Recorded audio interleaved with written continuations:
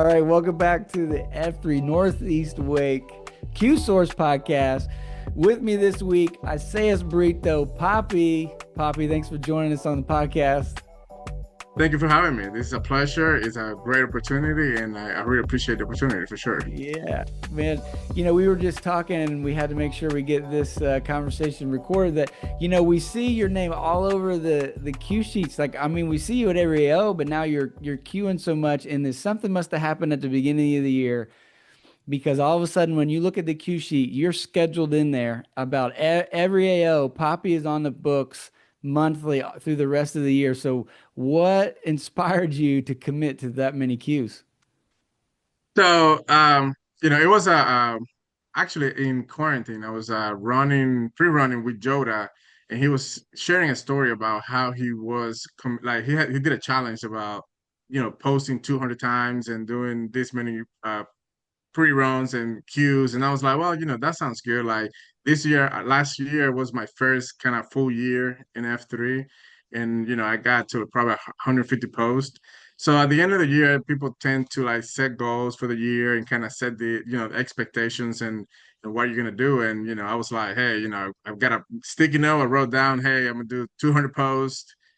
I'm gonna do 100 pre-runs. I'm gonna do 50 Qs, and I send that to a few people, and all of a sudden, people are like, "Whoa, this is great!" So I was like, "Well, now you guys know about it, so you're gonna see it." So I went out and just put my name in the Q sheets. Like every 3 4 weeks, I'm there. Now you're committed. Well, so we're talking. So this week we're still in quadrant two, live right, and we're in Q 2.5 accountability. Okay. And so now hopefully you're starting to get a drift on why Poppy was the guest this week. And I remember we were running on top of Trashmore. I think it was at the beginning of the year, and we were talking about accountability. And you made a comment about how it was like a secret sauce for you, how it was so important to your results in life. And it wasn't something you ran away from, but something you embraced. So I haven't thought about that. And so seeing this chapter coming, it had your name all over it. And so I'm glad that you would share because I know it's your heart that we would turn a new page on accountability that we would see it in a different light. Absolutely, absolutely. So before we And jump into the content, just share with us, what accountability has meant to you and why that's so personal. And has that always been for something you've thought about, or is that kind of more of a recent thing? it's more recent. For the longest time, I really didn't think about accountability. It wasn't like if people ask me about accountability, I couldn't give you a definition, Oh, yeah. and it wasn't like something like I talked about all the time. It wasn't like my friends. We were like, oh, how can we be more accountable to each other? It was more like, hey, who's bringing the beer? Like, you know Mhm. what I mean? So Yeah. it had to be something like I kind of shifted when I moved to Florida and some things happened, and then when I came back I realized that I had to be accountable because I had people that were counting on me. Mm. So around that same time, I met people at F3, and it was the best thing that ever happened to me because, it wasn't like, hey, you were all of a sudden be held accountable by people, but like it was just seeing people showing up every day. Sometimes I would wake up in the morning and I was sore, and I was like, Goose is gonna be there. I gotta Yeah. go. So like, Right. and that kind of get me into a habit, and habit is everything. Yeah. Once you get the habit into the habit, it's just more about consistency and being responsible than anything else. Man, love it. Love it. Let's dive in. I mean, I think what Dredd is trying to get through this chapter, and Poppy and I both hope that you'll understand, is accountability is not a bad word. Accountability is the door that opens to your next opportunity. Accountability is the stepping stone to your next place in life, and you likely aren't going to get there without it. And so I want to get into a couple things. I like the way Dredd builds this. So at the beginning of the chapter, he talks about a blind spot, and interestingly enough, he doesn't say that a blind spot is your moral weakness, and he said you shouldn't even think of it that way. He said, that a blind spot is just a hardwired gap in your nature. and you can't protect yourself without it. And so since we have this blind spot and we can't there's no way around it, and you can't outgrow it. You overcome the blind spots in your life through accountability. Right. And so accountability is the method in which you solve the problems of your blind spots. So since the blind spots are there's nothing wrong with you, you don't grow through them. You bring people around you that can see things that you can't. And so accountability is not a bad thing. It's a good thing. It's what you need to be able to see the places that you're vulnerable and that you're weak, and that if someone could show Absolutely. you what you're missing, now you can move forward in life. Absolutely. And to me, accountability is a decision. You Yeah. make the decision to be accountable first to yourself, right? And Mhm. then you find, like you mentioned, people that can help you see things that you might not be fully aware of, and help you navigate through that stuff, and help you overcome and get to the next level for sure. So he says, the accountability is looked at differently depending on who you are. That the survivor is ruled by his blind spots, and that the sad clown succumbs to his blind spots. But it's the servant who embraces the blind spots and uses accountability to overcome it. And Dredd says that accountability kind of has three components. There's a standard, so we have this agreed upon virtue, right? I've decided this is important to me, and so I'm going to put the standard to make it clear. There's some type of enforcement mechanism, right, where I'm held accountable. There's someone in around me that's watching out for it. And then finally, there's a consequence for the behavior, especially if I'm held if I lower my standard, I don't live up to it. So, just any thoughts about those components and what they've kind of looked like in your life? So, standard, enforcement, and consequence. One thing, like, about standards is, like, you gotta have something that you're shooting for. And Yeah. with my kids, we have high standards in our house. And the good thing about in my family that I see is, like, my kids, they hold each other accountable, right? So we set the standard, and the kids are like, they kind of enforcing everything. Like, you take, like, the enforcement part, like, they take that to heart. Like, they won't let each other, like, bring like a bad grade. Like, if somebody's struggling, like, they will go and, like, help them out, because they know that that person needs Wow. help. And what's cool is, like, they don't do it, like, because they have to, but they do it because they really care. Wow. And Wow. yeah, and I love the fact Wow. that, when you talk about, Wow. like, the enforcement part of it, my wife and I, we don't, like, tell them, hey, this is gonna, like, we try not to do that. But, like, really, we don't need to, because if Right. you are somebody, like, if you set the standard properly, and then you have the mechanism around you to help you accountable, Yeah. most likely you're not going to get to the enforcement part, because you're going to get Right. involved in that environment, and you're going to be accountable. Wow. I hope that I want to just say out loud what I caught from that and how powerful the culture you've set in your family, that your kids believe in the standard so much. One, they're gonna hold each other accountable, but two, they believe in the standard enough to help the other person get there. I mean, that's next level stuff. Most of the time, kids and other people want to just put the mirror. Hey, you did wrong. Hey, you did wrong. Hey, I want to call you out that did wrong. But it's a whole nother level. It says, hey, you're living below the standard. Now let me help you get there. It's like this vested interest that they have in each other to keep each other and their family up to the standard that we've agreed upon. I mean, where And that's where did something that that you where did see. that come from?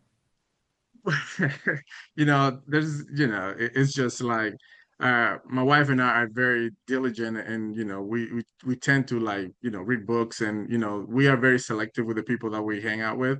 But one thing I'll say is, when you are in that like F3 is a perfect example. Like, when you're in that environment, like, you come out to a workout, you're working out, and the best thing you can do is just uplift and encourage the other people. Hmm. And I see that done so well by so many people in our group, that they just, if you see somebody struggle, you just go right next to him, and help him out to raise the standard, right? Yeah. Yeah. Love it. Oh, love it. So let's get kind of tactical. Clearly, this is a concept you, as any of the listeners can tell, Poppy didn't just study up for the podcast. Okay. this is a lifestyle. This is the reason why we look up to him. This is why he leads our community so well, is because he's embraced this concept and it's become a part of what he does and how he lives. So let's try to give the pack some tactics in about how they can start applying this, because I feel like a lot of people, especially in like a work environment, we try to avoid accountability, right? There's people that if they're found out that they did something wrong or they messed up or lived the court didn't meet the standard, they're like trying to get out of it. Oh, it's not my fault. Oh, there's not blame, it was somebody else.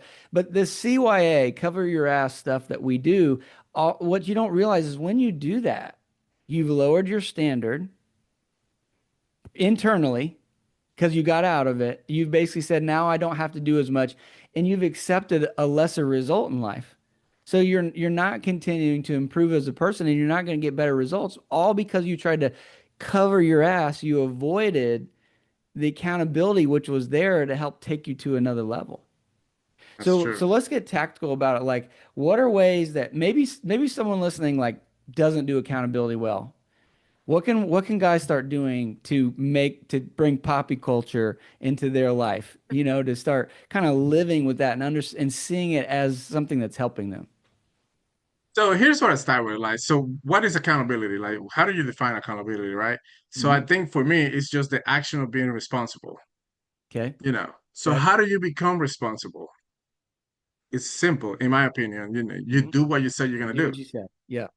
right? So how do we like what are we who are we accountable to? Like when I Yeah. think about this, like we're accountable to F3, Yeah. right? If you're driving around with a sticker, F3 sticker in your truck, Right. you better be an example because you are somebody that you're representing the F3 nation, right? You're accountable to the other packs when you come out to a workout, because think about this, like if I'm talking to my neighbor over here that I've been talking to him for like 3 months to come out, and then the day he decides to show up, nobody else shows up, like Right. what? Right? So we had to be accountable by showing up, you know, when we say we were gonna do. I feel like we're accountable to our wives, to our Hmm. children, to our family. If you tell somebody you're gonna do something, just do it. And ultimately, I feel like the most important conversation that you're ever gonna have is with the person in the mirror. Yeah. What do Right. you say to yourself? Like, Yeah. just do what you say you're gonna do, right? Overcome whatever you need to overcome. And if you need guardrails and people around you to help you, like lower your ego and just Yeah. go and seek help, because that's something that is important. You don't have to do it alone. Yeah, I mean, I think ego wants to cover our ass, wants us not to look bad, but doesn't realize what you do to yourself when you do that is you've lowered your standard and you are accepting a lesser result than what's possible. And there are doors that won't open to you. Mhm. All because you tried to cover yourself, because you didn't want to be ashamed, because you didn't want to look bad. When if you have something greater that you want, you just have to decide, I want it bad enough to take the licks, to do what I say, to go the extra mile, right? And so, I mean, I think keeping it simple what is a great way. And one way to keep it simple, so you got to do what you say, is to make a public commitment. So Poppy made a public commitment. He got on Slack at the beginning of the year and said, "Hey, here's my goals for the year." Because I remember going to some coffees and people were telling everybody about your numbers. You had told enough people that people were starting to say, "So guess what? Poppy's accountable to it because he put it out there." And so you can start by saying, "I'm going to do what I say, but one way is I'm going to start committing to the right things." Because the moment that you commit to it, you're going to do it. A Yeah. lot of times And not, people are afraid to commit because they are afraid yeah. to be held accountable to it. And not just that, I feel like when you commit to something, when you put it out there, it helps you hold yourself accountable to go do the training. Like, Yeah. so, you are going to train for whatever. Like, I told some people the other day, like, hey, next year I'm going to win the burpee golf. Oh Now you man. got to hear on Now the you, video, yeah. like, now I'm going to have to be training for that and, make sure that, I win it. He's Right. coming for you, Bilo. Yeah, and it is all like, in my house, like, so my youngest daughter, she wants to work out, and sometimes I go to F3 in the morning, get home from work tired, and guess what? She's waiting for me, and I have to work out. Some people are like, well, that's too much. Well, it might be too much, but I already gave her my word that we were gonna work out 2, 3 times a week, and I'm just gonna honor that. So it sounds like another thing that could help people is so you're not doing it alone. So you've incorporated your family into the accountability, right? And it sounds like the culture you've created is one where you do hold each other accountable, but there's a support network. These are people who believe in you, who are willing to come alongside of you and say, I want to help you get there. One, you can't live below this, but two, what can we do to get you there? So sounds like Absolutely. those relationships can be really important, whether it's be your spouse, your kids, a shield lock, a whetstone, but having people in your life that know about your standard and will hold you accountable in a way that they also support you in doing it. Absolutely. And one thing that I was actually having a conversation the other day with somebody is like, there's so many different backgrounds and so many different people that, we came in contact through F3 that, it might become overwhelming, like for you to like go out and let's say form a shit log and find people that you have, things in common that you can, you feel comfortable sharing and holding each other accountable. But like it's like if it's there's so many people like if you pick somebody and then that's not working, like just don't stop, just go find Yeah. somebody Find else. somebody else. That's right. Yeah, find somebody else. Yeah. I would say I've told a story before, but something that's helped me before is, when you commit to someone. So I had a long, probably about a 5 year period where I was mentoring some younger man. And I tell you, teaching something forces you to take your game to another level, right? So we met once a week and we were doing a Bible study, but it became just about life and about being a good man and being a good husband. And if you're going to tell someone how to be a good man, a good husband, a good father, you better be one. Right. And so every time something would leave my mouth, I'd know I'd continue to raise my standard and raise my standard and raise my standard. And so that could be a really great way is just when by being willing to support someone else to mentor them or be their support network. Because the moment that you're willing to give advice, you now raised your standard. So surrounding people that can hold you accountable, but also having people that you hold them accountable because that mutual accountability starts to really work to your favor. So any final thoughts or comments as we come to a close? I love the way that you make it seem so supportive, just the way you set that culture with your family and the way you talk about it. I feel like it's kind of like it's kind of like demystified or kind of taken some of the sting out of accountability. And I really feel like you are helping somebody embrace maybe something that could take them to the next level in life. So, any parting wisdom or comments before we close? I would say again, just look yourself in the mirror and just do what you say you're gonna do. Find some people that you can hold each other accountable and just commit to it. Make sure that you are always intentionally putting in the work to make sure that you keep accelerating in all Yeah. areas of your life. Well, let me add to this real quick. I don't think we mentioned this. You gotta first, when you have those people, you gotta be willing to tell them the standard, that the goal, right? It's like we want accountability, and a lot of us are afraid to tell somebody. We have a big goal. Maybe sometimes we feel kind of embarrassed. What happens if I don't get it? Or does it mean something bad that I, want $1 million or a new house or whatever my goal might be, right? But it starts by identifying your standard, being willing to say it out loud, to be willing to, maybe you don't need to broadcast on social media. Maybe you don't need to tell everyone, but to tell the people that matter specifically what you're after so that they can see it, recognize it, support it, and be able to help you when you're not living that standard. So Tell you it's what important helps me to a lot. hmm So I wrote down those goals, right? Okay. My post skills, and I sent a picture to Rio. All right. So every so often, Rio will send me that picture back, Oh, there you go. reminding me, hey, this is what you say you're gonna do. That's it.